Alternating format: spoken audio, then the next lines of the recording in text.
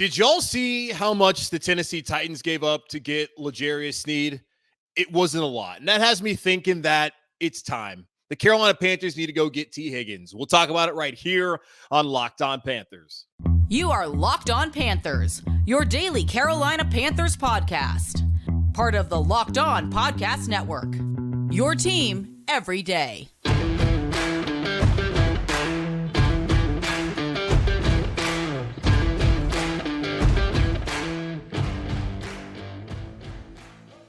Welcome into another edition of the Locked On Panthers podcast, a part of the Locked On Podcast Network.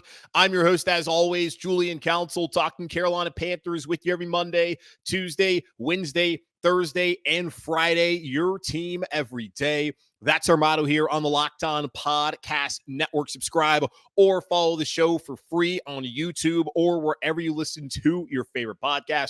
And be sure to follow me, Julian Council, on Twitter at Julian Council, where on Fridays here on the show throughout the offseason, I'll be answering your weekly Friday mailbag questions either at me or DM me over on Twitter at Julian Council to get your questions in for this week's edition of the weekly Friday mailbag right here on Locked On Panthers. Today's episode is brought to you by FanDuel. Make every moment more. Right now, new customers get $200 in bonus bets with any winning $5 bet. That's $200 if your bet wins. Visit FanDuel.com/LockedOn to get started today. The Carolina Panthers are still in the search for a number one wide receiver. We saw last week the Panthers scheduled visits with Mike Williams and with Michael Gallup. Now, Mike Williams never made it to Carolina as he visited with the New York Jets early that week, signed a deal with the Jets. Apparently a sandwich was involved as far as why Mike Williams stayed in New York, and $15 million potentially in 2024. Don't know if the Carolina Panthers wanted to give up that much for Mike Williams to sign back here in the Carolinas. And then Michael Gallup visited midweek before visiting later on that week with the Baltimore Ravens. He has not signed a deal with Carolina or Baltimore as of this recording.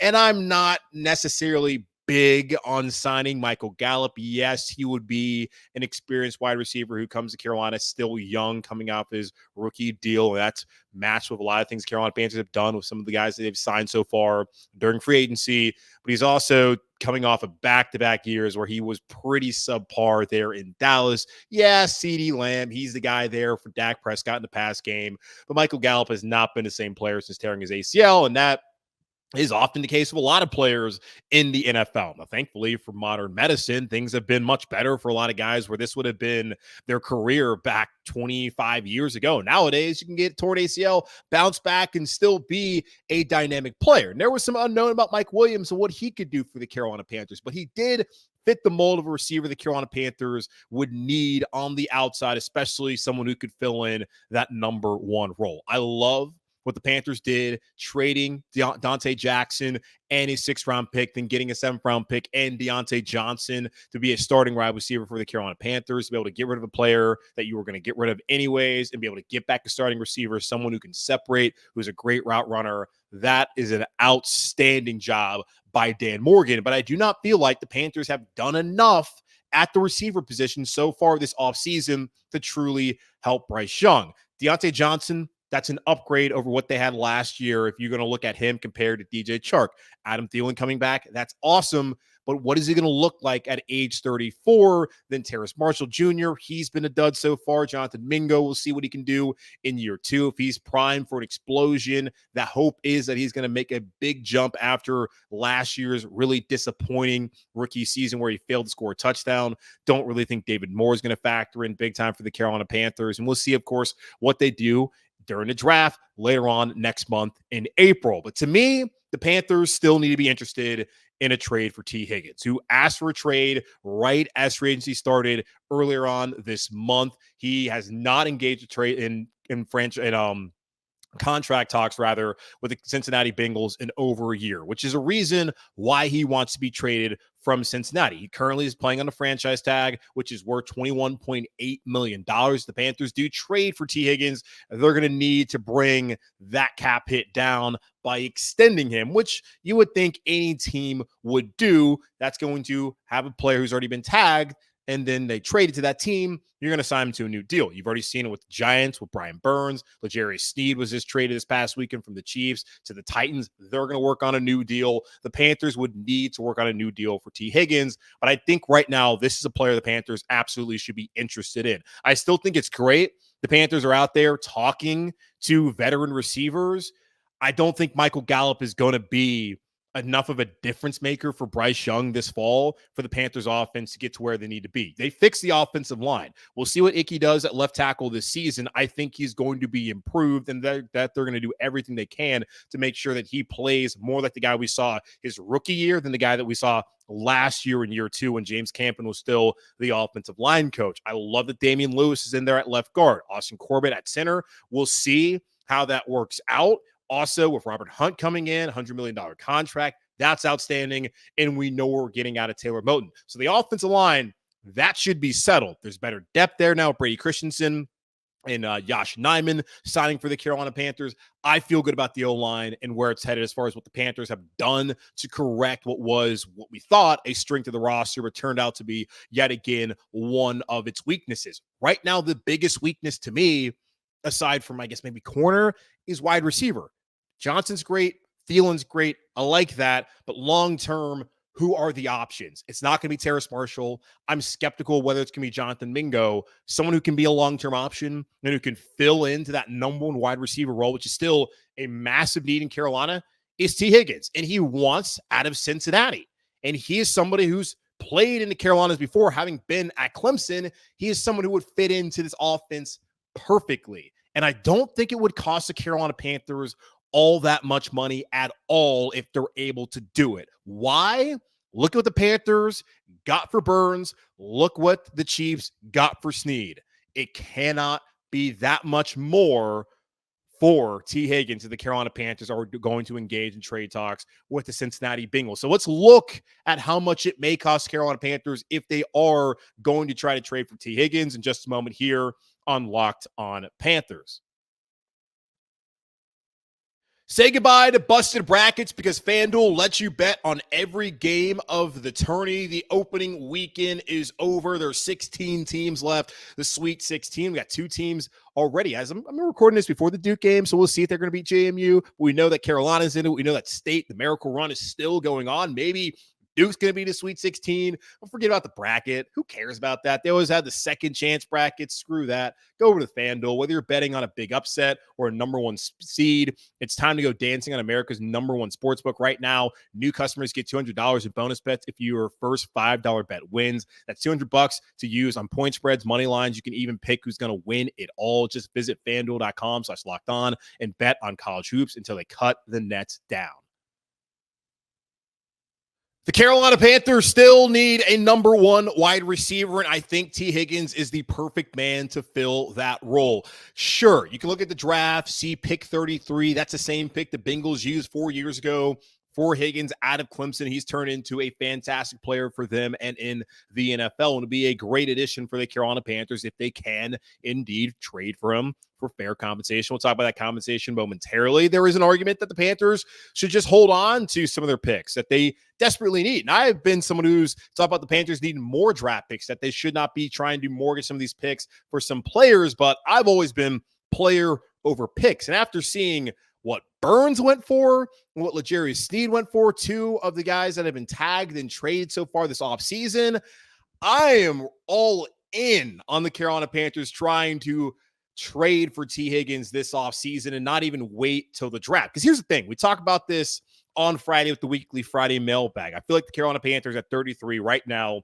should be targeting a wide receiver. They need to find a number one option. They also need to find someone who can be here for the long term with Bryce Young. Deontay Johnson, 1 year. We'll see whether that's going to be a long-term thing for the Carolina Panthers. Adam Thielen, I don't expect the Panthers to keep him past this season. Terrace Marshall, last year was rookie deal. Jonathan Mingo, I'm skeptical. He can only get better, but I'm still skeptical of whether he's going to be good enough to really help Bryce for the long term here in Carolina under Dave Canales in this coaching staff and in this offensive room. And with the wide receiver heavy background that this offense coaching staff has, you have to imagine that they're going to get Mingo to, at the very least, be a solid number 3. Maybe he can be a number 2. And you would hope that he would turn into a number 2 wide receiver here in Carolina down the road, but we'll see whether that will be the case at all. I just right now want to see the Panthers go out there and get T, not even wait to see what receivers are going to be there. Adonai Mitchell, someone I would love to have. He may not be available. Keon Coleman sounds like he will be available, as there's been mixed reviews as far as how people feel. Troy Franklin out of Oregon could be available, but he's a little bit slight of frame. There's some concerns there. Xavier Worthy probably moved himself in the first round based off his 40 time, but that's a guy who really has struggled catching the football. Also, kind of slight of frame, concerned about injuries there once he gets to the NFL. The top guys, Marvin Harrison Jr., Rome Odunze, Malik Neighbors, they're not going to be there. Brian Thomas, can't imagine. He's also at LSU. He's probably not going to be there. Adonai Mitchell, as I mentioned, A.D. Mitchell, probably not going to be there. Ladd McConkey could be. And I would be interested in Ladd McConkey, but think, too, about some of the other positions the Carolina Panthers need to fill. All right, they brought in DJ Woonem. They brought in Caleb on Chason, and Chason just going to be a rotational depth guy at the edge rusher spot where Woonem's going to actually start. They want to get Jadeveon Clowney. We're still waiting on that. We may be waiting all the way until August until Jadeveon Clowney decides whether he wants to come back home to Carolina or go back to Baltimore, or maybe go to a contender elsewhere in the NFL. We're going to be waiting maybe for a long time when it comes to Clowney. The Panthers could use 33 or 39 on an edge rusher to replace Brian Burns in the pair with DJ Woonem, who potentially could be here for 3-4 plus years in Carolina, coming off his rookie deal and signing a 2-year deal to be a starter at the other edge rushing spot after 8 sacks this past season in Minnesota. Looking at corner, are the Panthers going to pick up J.C. Horn's 5th-year option or not? He doesn't have a deal past this upcoming season. The Panthers did sign Dane Jackson, but that's something the Panthers could get out of after 1 year. So there's a lot of options Carolina still has there in the second round at 33 and 39. We'll be talking about that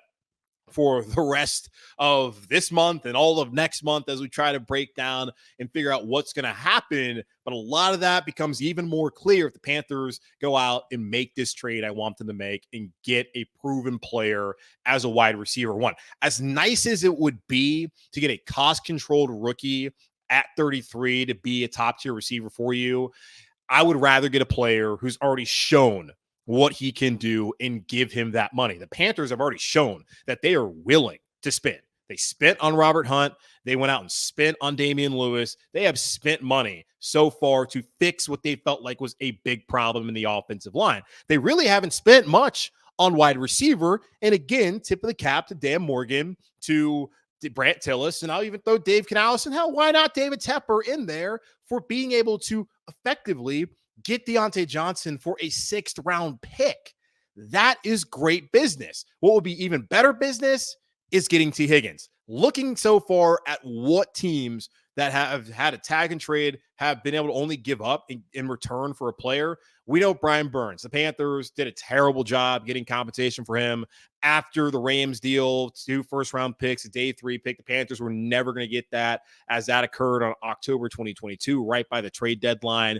Other teams trading for Burns did not have the ability to really have time to negotiate with Brian Burns. They're going to have to negotiate right away and give up draft compensation. So when that happens, they're not going to give up as much as they would have been willing to give up about a year ago. Plus, when they still had the rookie deal, they had the 5th-year option, 2 things that would allow them to sit there, wait, be willing to give up maybe a first-round pick like the Rams were willing to give up. But now, when it came down to the contract discussions, the Panthers and Burns and that relationship clearly being fractured, Carolina was never going to get that much. Fortunately for Dan Morgan, he had a relationship with Joe Shane, the Giants general manager, dating back to the time working under Brandon Beane up in Buffalo. And the Panthers were able to get a 2nd-round pick, which is now pick number 39 in the draft this upcoming season. They swapped 5th-round picks here in 2024, and they got a future 5th-rounder in 2025. That is not the equivalent of a first-round pick. That is less than what the Carolina Panthers gave the New York Jets to acquire Sam Darnold. That is less than what the 49ers got or gave up to get Christian McCaffrey. And McCaffrey, as we know, is an all-pro and outstanding player, but he's a running back, not a premium position in the NFL. The Giants got one of the premium edge rushers entering in his prime for a 2nd, a pick swap in for 5th round this year and a 5th rounder next year. That's nothing. Good for the Panthers for getting the 2nd rounder. The other 2 picks, I mean, whatever. You can use that for trade bait. You can use that to get some players in day 3 this year and next year, but I'm not moved by that at all. L'Jarius Snead, he's also someone who we've known for well over a month was going to be tagged, then traded. Kansas City had no interest in paying him big time money to be a starting corner for them anymore. The Super Bowl champs decided that they were good there and they're going to let him go. So L'Jarius Snead, what did he go for? A 2025 3rd round pick and a 2024 7th round pick swap to the Tennessee Titans. The Titans gave up a 3rd rounder next year for one of the best corners in the NFL. He may not have the all pros and the Pro Bowl pedigree. He's a 2-time Super Bowl winner. He's been an outstanding player for Kansas City. He's somebody that the Chiefs should have wanted to keep around, and you would have thought would have went for more. I was reading over the last month, Albert Breer from Monday Morning Quarterback was expecting that Steen was going to go for a 2nd round pick. No, he went for a 3rd rounder next year. Like the Chiefs could have just held on to Snead for another year, had him play, and then let him walk in free agency next year, and he would have got a 3rd rounder in 2026. Instead, they decided, let's have one less year of L'Jarius Snead. We'll swap picks this year in the 7th round, and then we'll get a 3rd rounder in 2025. Now, Kansas City is an organization that has Patrick Mahomes. They still got Travis Kelce. They got Chris. They're going to be fine. But you would think that Kansas City would work a little bit harder to get more. So far, effectively, Burns and L'Jarius Snead, 2 of the top players at their positions in the NFL, have gone for a 2nd in 2024 and a 3rd and a 5th in 2025. If that's all they went for, what should T Higgins go for? What should he go for? If I'm Carolina, I'm not giving up pick 33 at all. I'm not giving up pick 39 at all. 65, maybe. I'd be interested in doing that.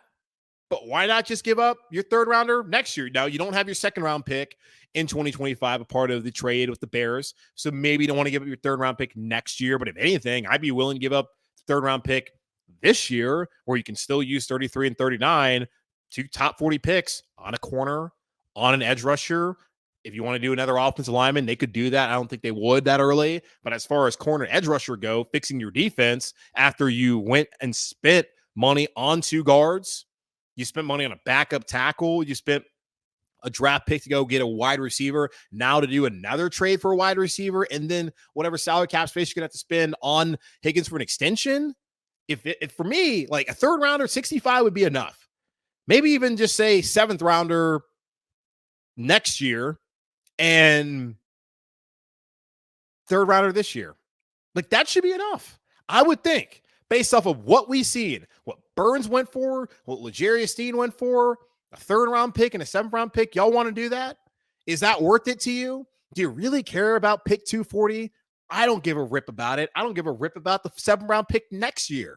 The 3rd round pick this year, wouldn't want to part ways with it. Now, next year's 3rd round pick's a little bit more valuable because of just what I mentioned. The Panthers don't have their 2nd round pick, and they can find a way to get a 2nd round pick next year. And I think that that's something that Dan is going to look to do, of course. But right now, you don't want to be missing both your day 2 picks.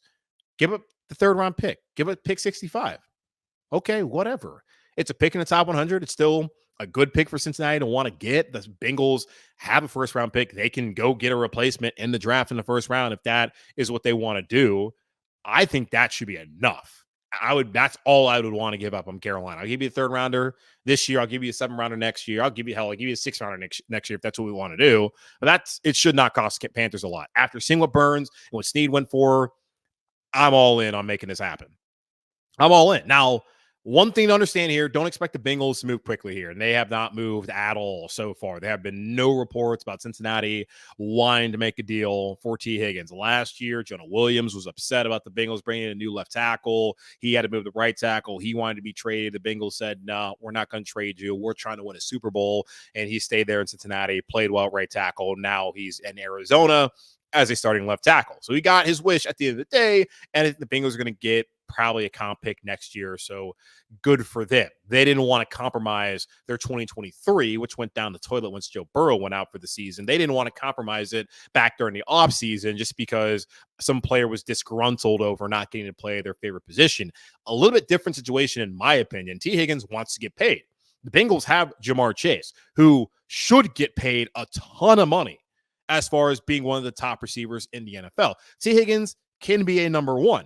I think of Carolina, absolutely, he would be the number one, and I think he would be a fantastic receiver who can be an annual 1,000-yard receiver in this scheme, playing with Bryce Young and under Dave Canales. I don't know if that's how he's valued in Cincinnati. I know, actually, no, I don't even know. I know for a fact that's not how he's valued in Cincinnati. He's never going to be valued as highly as Jamar Chase. The Bengals, they can wait until draft night. That's when I would wait. I'd wait till the first round, figure out what kind of trades are out there available for T Higgins, make that deal, go draft me a wide receiver, kind of do what the Vikings did last year. They got rid of Thielen, and a little bit different as Thielen's an aging player. They got rid of Thielen, went out and drafted Jordan Addison, and now they have Jordan Addison and Justin Jefferson.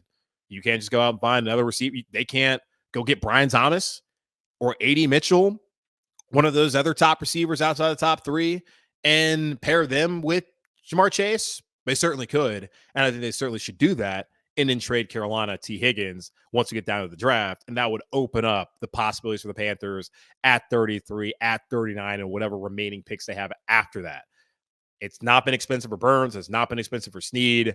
I think it's the deal the Carolina Panthers absolutely should be all in and trying to make, and it would not cost nearly as much as we thought it would earlier this month. Now, the Panthers have added a couple of players over the last weekend, this weekend. Let's go over the two newest signings here in Carolina in just a moment on Locked on Panthers.